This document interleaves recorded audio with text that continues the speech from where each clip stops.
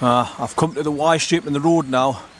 We can either go right and go up that valley there, which I thought I was going to end up coming down into if I went straight ahead on the main road before leaving it to come through the main gate into this track.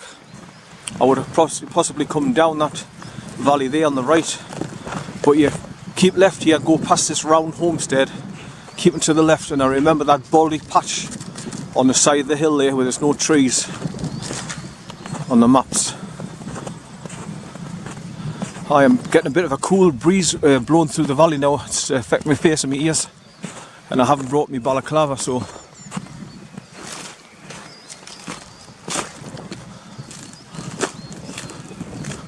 once again you've got the warning signs that they're harvesting up here.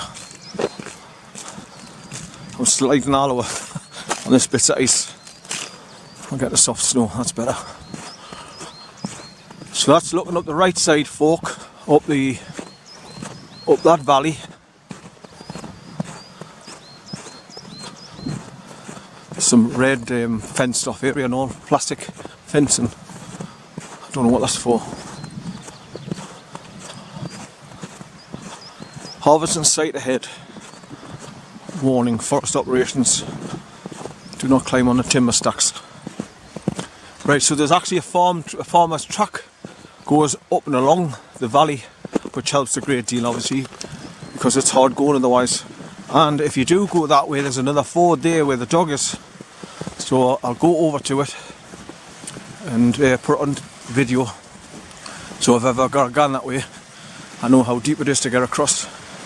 But looking on the right hand side, there's about a foot drop. I don't think it'll be deep. No, son, wait. No, this one's not deep.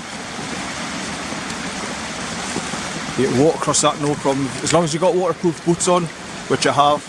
Got my leather army boots on, which go right on my legs. And you lace them up tight so there's nothing can get in the tongue. But he's going to have nice clean paws now, all these ford crossings. No. So that's looking up the valley, which snakes round and round, just goes up and up and up and up. And it meets the road higher up on the right hand side.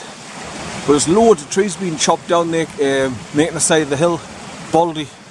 And you can see some trees which has been chopped down on that left hand side further up as well. But this is a bit I remember on the map, where it's all this a bit of a hillock where there's nothing on it at all. It's just dry grass and fern that's died.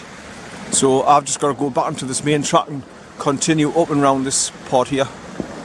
So bye for now, people. From the road track leading up towards Whiteburn Shank Cottages, which is used like a bothy now, I think. So it's nice to get this far past the round homestead. You can see the animal tracks in the snow here, where it'll be deer probably, or rabbits or hares and stuff. Right, so onwards and upwards, and let's see what I can come across up there. Bye for now. Right, looking ahead on the right hand side there. So I've come up the Y shape, keeping to the left, past the round homestead. I'm following the stream up past this big baldy patch where the land's given way, and the tree lines at the top there, fenced off. Looking up there, there's clearing in the trees on there, which is one of the places where I thought I was going to be coming down to get into the valley if I couldn't get on this bottom track from the main official entrance. I was going to go higher up and higher up and higher up and then come down the side of the hill into the valley, but I don't need to do that now because I'm in here. But there's some square concrete blocks further up there. As the road bends round to the right, I meet them and cross another ford. So there's 5 fords now, and the road's going up ahead there to the right, and I think it just bends right round to the right and goes up. So I'll be following that right the way around. But there's still loads of snow here where the sun hasn't gotten to it.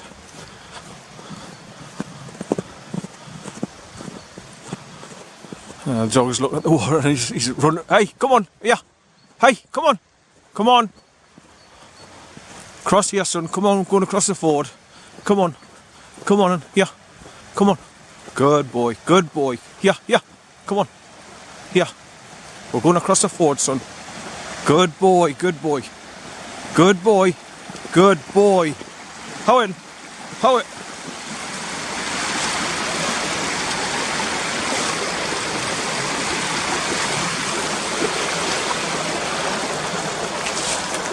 That one's a little bit more naughty because there's a hole in the middle just there, just as you're coming into it.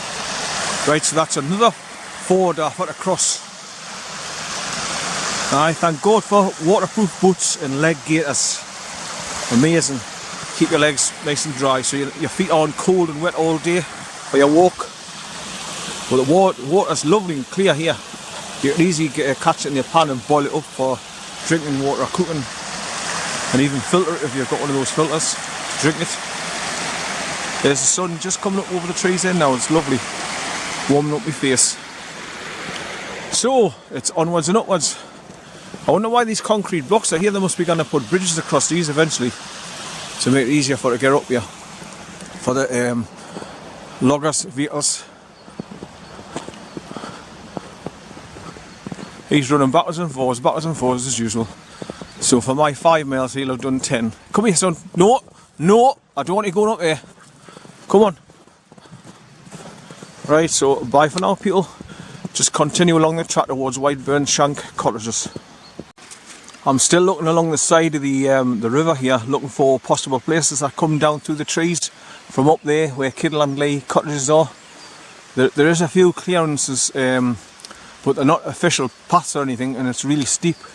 So I don't think you're meant to come down through by Kidland Cottages corner. But there is a bit of a pathway leading towards the river here.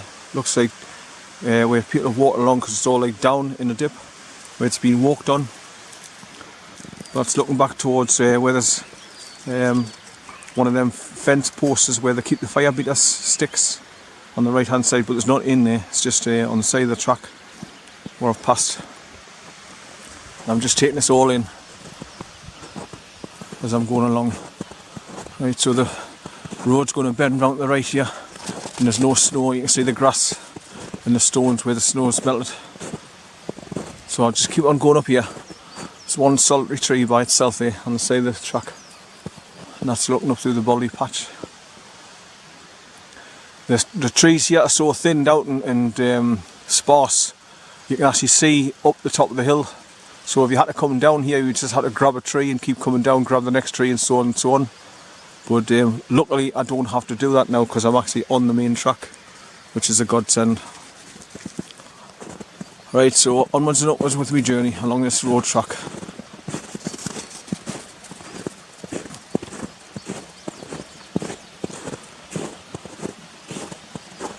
So I'm right next to the river here.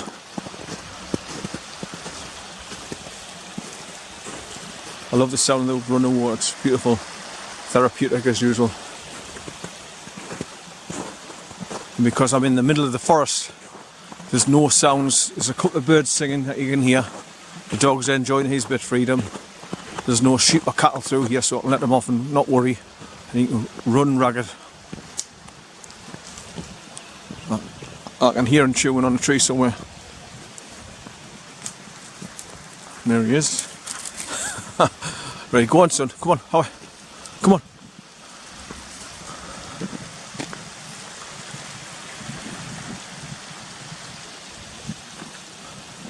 Beautiful place. Like, I'm glad I've got onto this main farmer's track that goes through the forest here to go towards Whiteburn Shanks Cottages. So hopefully, if it's not really snowed in further on, I should get to the cottages today. And what I might do is double back on myself and go up the way from the cottages and come back down the way I've been coming along twice now. Ah, no! I don't want you cutting your paws. Come on. Where it was snowed in, where I failed to get past the Y shape in the road, I might actually go back that way to see if I can get up with the dog and then just head back the way I've been instead of coming back through this quad bike track place through the forest. I don't know. I'll see how I feel when I get there and how bad the snow is. But bye for now, people, on the track leading round to Whiteburn Shanks Cottages. There's a bit of a clearing in the trees just over there. I thought that was going to be a pathway zigzagging down coming from the top, but there's a stream. I've just noticed bits of water coming down after zigzagging all the way down to meet the main river at the bottom there. So that's not the path coming down from the top.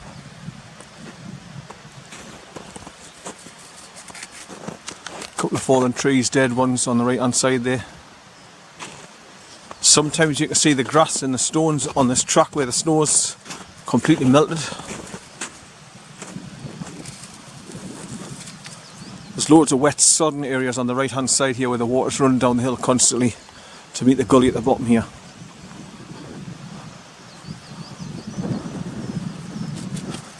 But with the sun breaking through the trees every now and again and poking snow through it, it's beautiful. I mean, look at that, look at the views there, back up them trees, they go so high up the mountain. Beautiful. You could even pass for being in like Norway, where they've got loads of trees like this on the forests, or Germany. Right, so onwards and upwards, the road's bending round the right up ahead there, and I think it just goes right up and then bends round the left, and then obviously you're getting closer to the cottages then. So bye for now people from a snow covered track leading to Whiteburn cottages.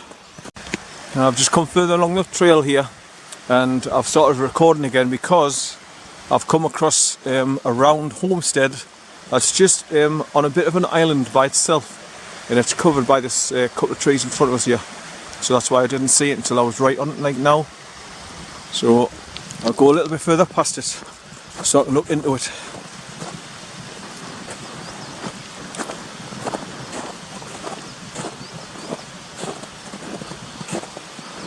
There's a clearing in the tree there and all with the sun shining on the snow, but I don't think that's a path going zigzagging around and up as well. I think it's just another stream coming down. But I'll remember this round homestead on the maps when I get home because of the trees here, and it's on like a bit of an island with the streams snaking right by the edge of it. So if you did a wild camp in there, you've got your water source right next to you and you've got cover from the trees for the wind and the wall, so that might be a canny little area to do a wild camp. That's looking up the hill. I can just see the skylight through the trees at the top there. It's quite high. Right, so it's onwards and upwards. That's looking back down to that round homestead, which is slightly hidden by the two trees as you're walking past it. But I'm just panning around here now to the river. I'm following it all the way up, and because it's snaking around that much, it's creating little islands like this in the middle. I mean, it's getting more shallow and less fast running, so you actually step across now and get across to the other side and go into the trees if you wanted to do a hammock wild camp. So it's set back from the road, this bit here where I am, so that's why I'm making a little video of it, where the side of the embankments is all falling to bits as well with the amount of water and the rain and the snow. It's all falling to bits and dropping down into the river. So that's looking back down towards the round homestead that I passed earlier on. And I'm just continuing up and round. I think the road bends round to the right slightly and then goes right on to the left and then down and dip and then cross another stream at the far end, and then I'm at the Whiteburn Shanks cottages. So here we go, onwards and upwards. So bye for now people, enjoy me walk through Kidland Forest. Looking up ahead there, right up ahead, you can see a clearing in the trees where it looks like there's a clearing that goes all the way down to meet this road I'm on. And as I pan round to the right, I've got a similar situation here where there's a complete gap in the trees here going straight up to the top where it's all been cleared, so you can actually make your way down from the top up there and just follow the tree line, keep a hold of the trees as you go and drop down to here and meet the path that way from up ahead. That's looking back the way I just come from. And on the right hand side here, well, left as I turn around, there's loads of these like half round clearances of the trees from the bottom. This one after another, 1, 2, 3, big and medium, little. Right, so onwards and upwards, bye for now. Right, I've just walking past about 2,000 feet worth of covered in snow farmer's track. It's been a bit hard getting through it because it's quite deep in places, but now as I'm getting further up, it's all like melting on one side of the tracks and the water's just running constantly, so all the ice underneath is melting, so it's going to go from snow to boggy, mushy, horrible pathways. Good for the dog to get a drink, as you can hear. I'll get it up onto the left hand side here. Crispy, quite deep snow, about 4 inches deep. So the water's all running down the right hand side there where the dog is, where it's all melting. And there's a straight path up through the trees there. There's lots of these on the right hand side where you can see right up the top of the trees. And that's where that gap is at the top right hand corner.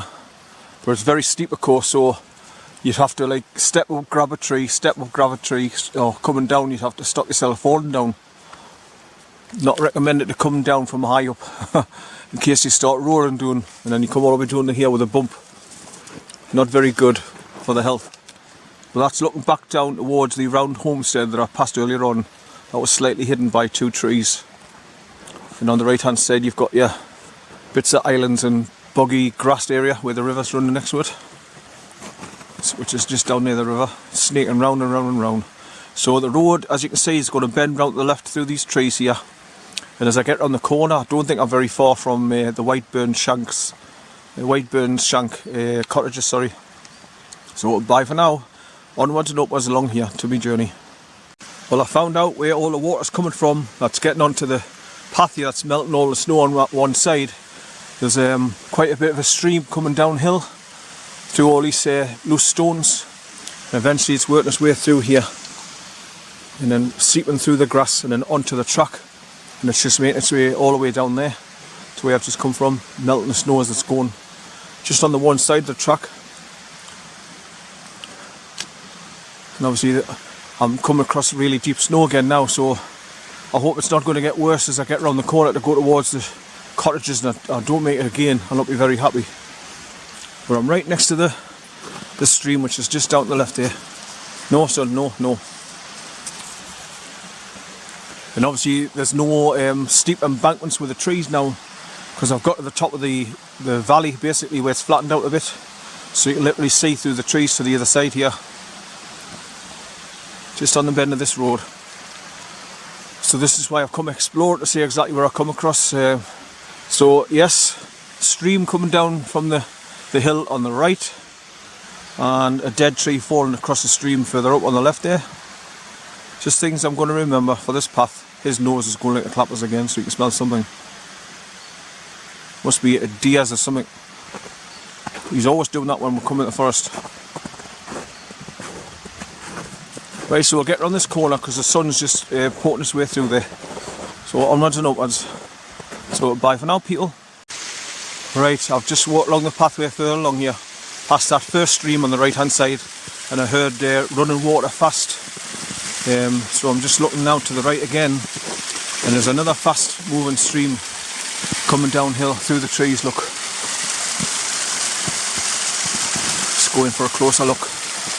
Right, that's looking up through the trees there. It's coming down to see it splash down the rocks at the bottom here and filling up the gully at the bottom.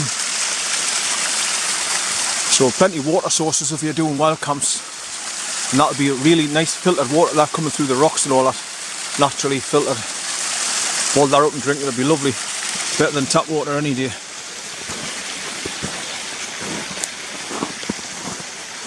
Right, so you've got the tracks both sides here, which is deep with snow, where it's hard going, trying to keep walking in a thin track, so I'm walking in the middle where other people's footprints are, where it's been squashed down a bit, so it's making it easier. But the stream, I'm still following it up on my left, and it's going to snake round and round to the right now. God knows what these pathways will be like when all this snow melts, so it'll be just flooded with water. But I'm really impressed so far with this walk through Kidland Forest. I can see a cottage up ahead, so I think I've made it. Yes, that's Whiteburn Shank cottage up there, just out the clearing of the trees, up the hill. So you get round this corner, start clambering uphill, and you'll be able to see it. See if I can zoom in a bit.